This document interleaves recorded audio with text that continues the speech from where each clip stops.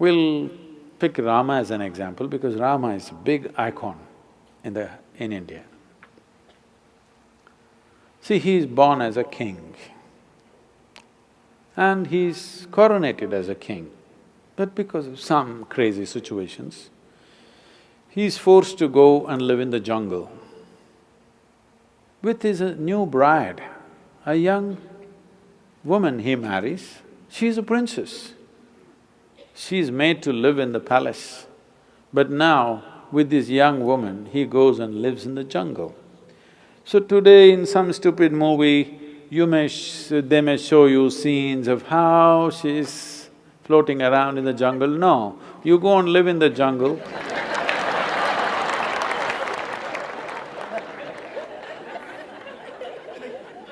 However pretty you think you are right now, 1 month you go live in the jungle, we can't recognize you after that. So this princess, forced to live in the jungle, and fortunately his brother follows him, knowing the difficulties that they may face. He leaves his own family, goes there to serve his brother and a sister-in-law.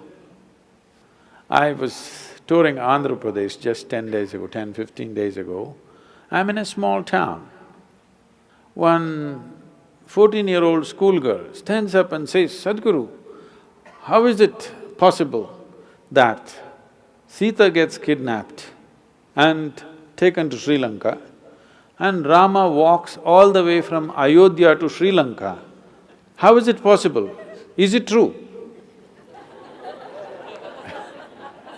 Then I asked her, "See, you're still a young girl, one day you will find a man.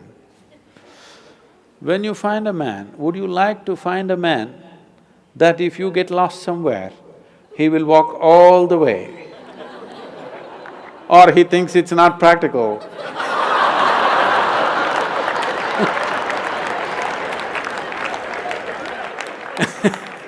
And find a girl next door.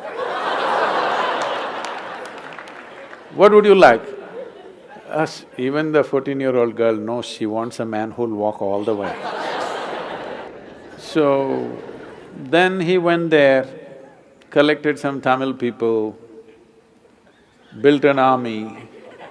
Yeah, it's a Tamil army.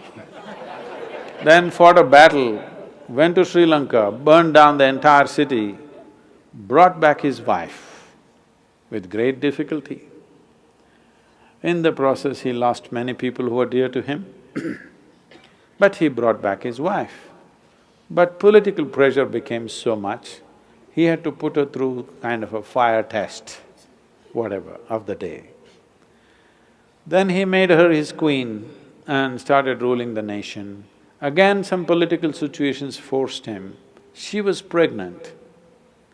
At that time, he had to again send her back to the jungle. No sonogram. So he does not know whether it's a boy or a girl or boys or girls, what.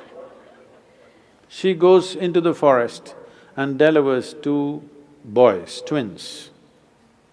Unknowingly, not knowing that they are his children, he fights a battle with them. He could have killed them, not knowing they are his children. If you somehow, so happened by accident, you killed your own children, can't be a worse tragedy in your life, isn't it? Terrible thing to do. He almost got close to it, he almost killed them, but fortunately they did not die in the battle. And then she died in the jungle, never again saw his face. You call this a successful life? I'm asking you, you call this a successful life? No. But we worship him not because he was a super success of the day. Any one of these events happened in your life, most people would be broken, bitter for the rest of their life. No matter what happened, he never became bitter. He never became angry. He never became hateful. He took all the action that he had to take. He fought battles, but never got angry, never became hateful, never became bitter in his life. Though what life threw at him was one tragedy after another, he remained above it. And we worship that because essentially essentially in your life, this is all it is. What the world will throw at you, it is not 100% your choice. To some extent we can control, that's about it. World may throw anything at you, we don't know what it will throw at you.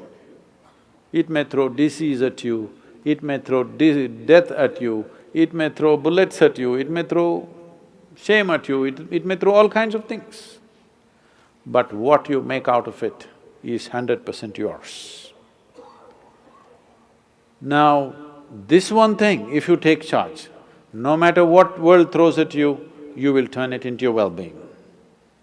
Then, where you go, what kind of situations you live, whether you go to heaven or hell, doesn't matter because whatever is thrown at you, you know you will turn it into well-being. This quality is what we are worshipping. This quality is what is worth worshipping because this is true with every one of us. If world throws nastiness, you will become nasty. World throws bitterness, you will become bitter. World throws anger, you will become angry. This is the way most human beings live, because he lived above that. We said, he is godlike.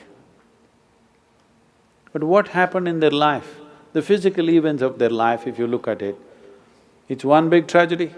At the age of 32, you got nailed, had a terrible death.